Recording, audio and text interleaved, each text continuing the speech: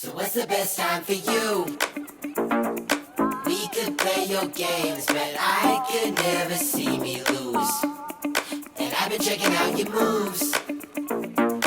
You will slip and slide, but I can always catch your groove. I've been hurt before and saw you inside me. Pulling on my heart, all the strings will fly, see. You can take the cake, I'm just icing. Blow so quick, never fuck with the Pisces. But I learn quick. We could change shape in a tick. With a broken heart and nights apart, I'm wide awake and I'm just still thinking about you, baby. I've been doing all I can, and baby, I'm not built to fight like on the daily. But you know I just need a little training, and now I'm a little too much. We get stuck in this place where I'm lost without a chase, but I can't seem to find any better use of time. Come on now, baby, yeah, you know I just need a little training.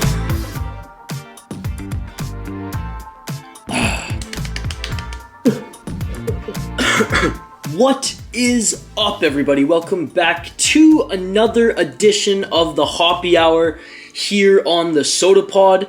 And this week, we have a favorite of mine. Yes, I have had this beer before. I'm not talking about this beer necessarily being one of my favorites, but the style, definitely one of my favorites.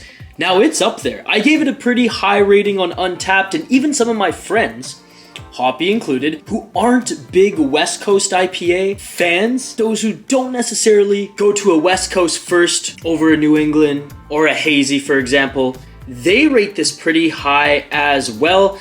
So let's get right into it. The Mad Butcher from Mankato Brewing. Again, this is a hops-forward West Coast IPA. Love the can art that Mankato Brewing Company create. Kind of comic style, really cool stuff there, and it's awesome when they do collaborations with other big breweries, especially Lupulin, as their can art is equally impressive. So on the can it says, this West Coast IPA has a specific Citra-Mosaic-Pacifica hop blend that was Mad Butcher's favorite. Our golden promise, the main malt in this brew is a tribute to his memory of being a beer-loving butcher. Floral, citrusy, coming in at 40 IBU and 6%, this West Coast IPA. Let's take a sip here. Again, I'm a little sick right now, so my palate might be a bit compromised, but that's why I decided to choose this one this week, because I have had it before and I can lean on my notes from Untappd. I will give my raw reaction to sipping it right now, and then we'll take a look at what everyone said on the review apps, Untappd in particular. Cheers, everybody.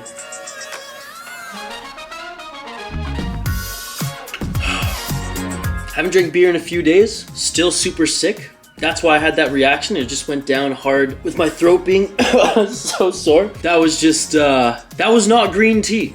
So that's why I reacted that way. It actually is, fuck, this is incredible. Slower this time.